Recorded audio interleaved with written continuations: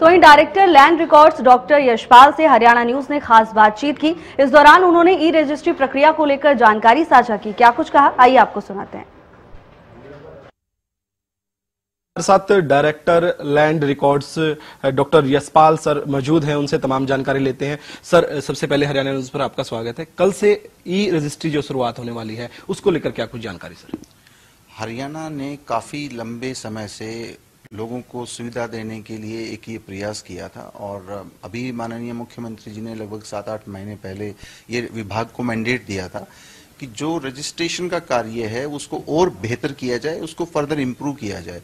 इसी कड़ी में ये सोचा गया और अब इस कवायद के बाद में पेपरलेस रजिस्ट्रेशन एक पायलट किया गया कुरुक्षेत्र के अंदर। माननीय मुख्यमंत्री जी ने 29 सितंबर से इसको शुरू किया और अब कल से ये पूरे प्रदेश के अंदर शुरू हो जाएगा। सर, इसके माध्यम से जिस तरीके से डिजिटल किया गया है, पेपरलेस किया गया है, तो कितनी पारदर्शिता आएगी और क्या जिस प्रकार से आरोप लगाए जा रहे थे कि भ्रष्टाचार होता है, क्या उसके ऊपर भी नियंत्रण किया जाएगा?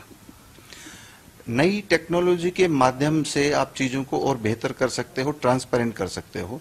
तो ये जो नया इनिशिएटिव है गवर्नमेंट ऑफ हरियाणा का, ये भी ये सुनिश्चित करता है कि लोगों को बिना कहीं घूमे हुए, बिना किसी के पास में जाए हुए आप अपने घर बैठे हुए अप्लाई करिए। आपको फीस जमा करवाने की बाकी सारी सुविधाएं ऑनलाइन उपलब्ध करवाई गई हैं और इसके साथ आपको एक अपॉइंटमेंट मिलता है। उस अपॉइंटमेंट में जब आप आएंगे तो आपका फोटो होगा और उसके बाद में आपको फ्री कर दिया जाएगा। साथ के साथ आपका जो डीड रजिस्टर हो गई है वो आपको हैंड ओवर कर दिया जाएगा।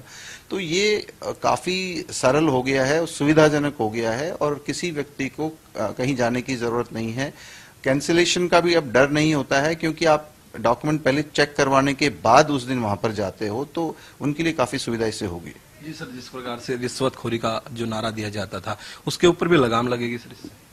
देखिए, कोई नया सिस्टम जब भी आता है तो हमेशा से ये सोच के बनाया जाता है कि ये पहले से बेहतर हो और किसी भी तरह की अगर इसमें करप्शन की गुंजाइश है तो उसको खत्म किया जा सके।